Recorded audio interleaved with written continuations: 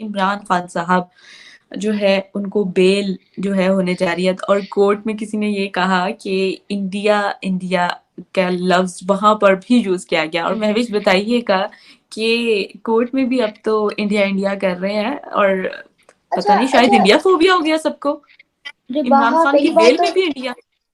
पहली बात तो ये कि कोर्ट में इंडिया इंडिया होना, पाकिस्तान के कोर्ट में, पाकिस्तान के सोशल मीडिया पे, पाकिस्तान के मेन स्ट्रीम मीडिया पे कोई बड़ी बात नहीं है, क्योंकि आबादी पाकिस्तान की तो थोड़ी है, तो रेटिंग इंडिया से ही आएगी ना। तो इसलिए इंडिया इंडिया होना, कोई आज इंडिया फोबिक नहीं हुए हैं, बहुत बरसों से है, तो it's not a very big deal. दूसरी बात ये कि जहां तक बात है इमरान खान की, कि इमरान खान ने हमारा इमेज अच्छा नहीं किया और हमें बहुत ज्यादा रुस्वा करवाया, तो क्या उससे पहले बहुत झंडे गाड़े हुए थे? पिछले 75 साल में क्या इमेज बहुत अच्छा था, बहुत अच्छे से पोर्ट्रे हुआ था, जो अब आके खराब हो गया, या इमरान ने खराब कर दिया? It's not like that. तीसरी बात है, पाकिस्तान में जो इमरान खान के सपोर्टर्स हैं, मेजोरिटी युवा जो है वो उन्हीं के साथ है, यूथ सपोर्ट करता है। उनको बहुत ज़्यादा खुशी भी है उनकी बेल वाली न्यूज़ पे। लेकिन ये बात किसने कही है वहां बैठ के कोर्ट में, या ये मैंने एग्जैक्ट न्यूज़ नहीं देखी, मैं भी आपसे सुन रही हूँ। तो अगर ऐसा है और ये न्यूज़ वाकई दुरुस्त है, तो बहुत इलॉजिकल सी बात है, आई डोंट थिंक सो जिसने कही है उसे कहनी चाहिए थी। जहां तक बात है on another hand side, if you see India, तो इंडिया के कोर्ट्स में, इंडिया के पार्लियामेंट्स में बैठ के डिस्कशन होती है how to develop their country, what to do next for their people, किस तरह से इंटरनेशनल रिलेशंस पे, वर्ल्ड अफेयर्स पे काम करना है, किस तरह कंट्री को डेवलप करना है, किस तरह जीडीपी को स्ट्रॉन्ग करना है, किस तरह सही पॉलिटिकल पार्टी को वोट दे के, दिलवा के, सपोर्ट करके आगे लेकर आना है। पहले हम जंग करते थे फॉर सेकुलर कंट्री, अब हमें जंग करनी चाहिए फॉर डेमोक्रेटिक कंट्री, क्योंकि सेकुलर तो हम पहले भी नहीं थे। हम रिलीजन की बेस पे बने हैं, तो सेकुलर तो हम थे ही नहीं कभी भी। लेकिन अब हम डेमोक्रेटिक भी नहीं है, हमें डेमोक्रेसी की जंग भी लड़नी है। या अगर हमारी कंट्री के अंदर जंग लड़ी जा रही है, तो वो जंग सिर्फ कुर्सी की है।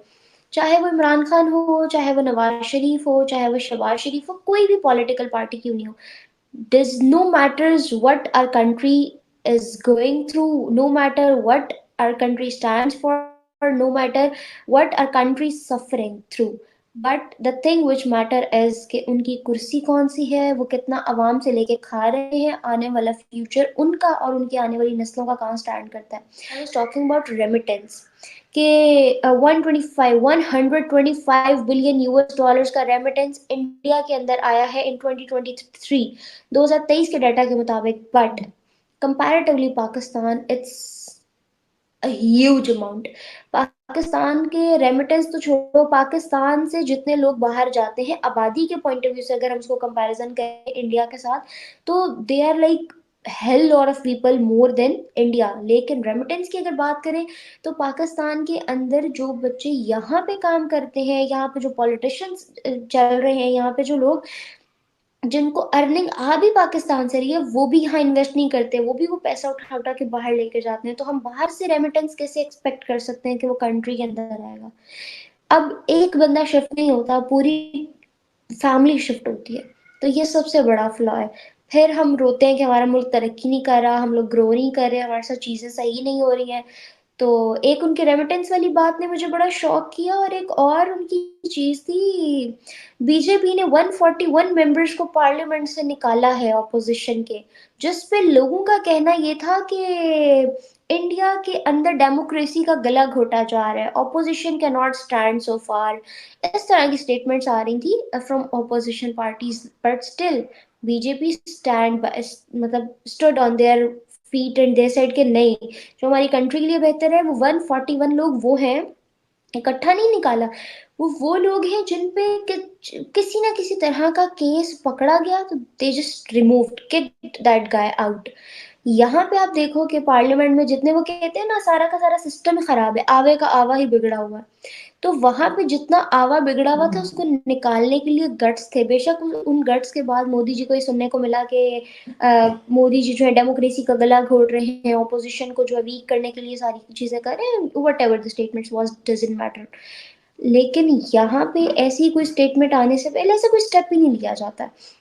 इमरान खान की पार्टी के जितने लोग थे, जिस तरह से चीज़ें यहाँ पे हुई, जिस तरह औरतों को आज तक बहुत सी औरतें लापता हैं, बहुत से आदमी लापता हैं, जिस तरह आपके सामने कितने पॉलिटिशियंस को कितना-कितना अरसा जेल में रखा गया, किस-किस तरह के फ़ेज़ेज़ से उनको गुज़ारा गया और आज आप देखो कि वो किन हालात से गुज़र के अपनी फ़ैमिलीज़ तक पहुँचे हैं। उनमें तो एक हस्ती ऐसे इमरान रियाज़ खान आपने देखा उनकी क्या हालत हो गई है और अब वो पहचाने भी नहीं जा रहे होते।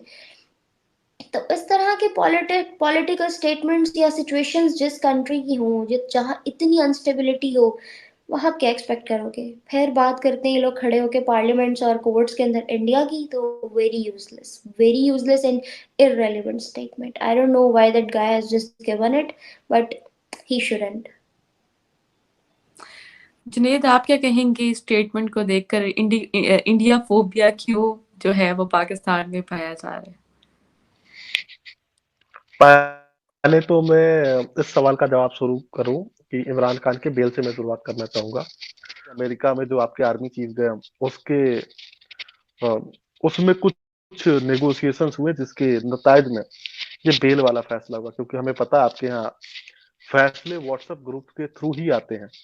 आगे बढ़े तो ये जो भारत का एग्जांपल दिया गया वो इंटरेस्टिंग है, क्योंकि उन्होंने इस कॉन्टेक्स्ट में दिया कि मुल्क का नाम खराब होता है, तो ऐसा कौन सा काम कर लिया जिससे मुल्क का नाम हुआ।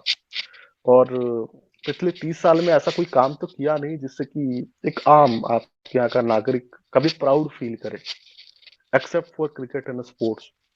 और बहरहाल मुझे ऐसा लगता है कि ऐसा नहीं करना चाहिए था। हमारे यहाँ भी ऐसा नहीं होता कि किसी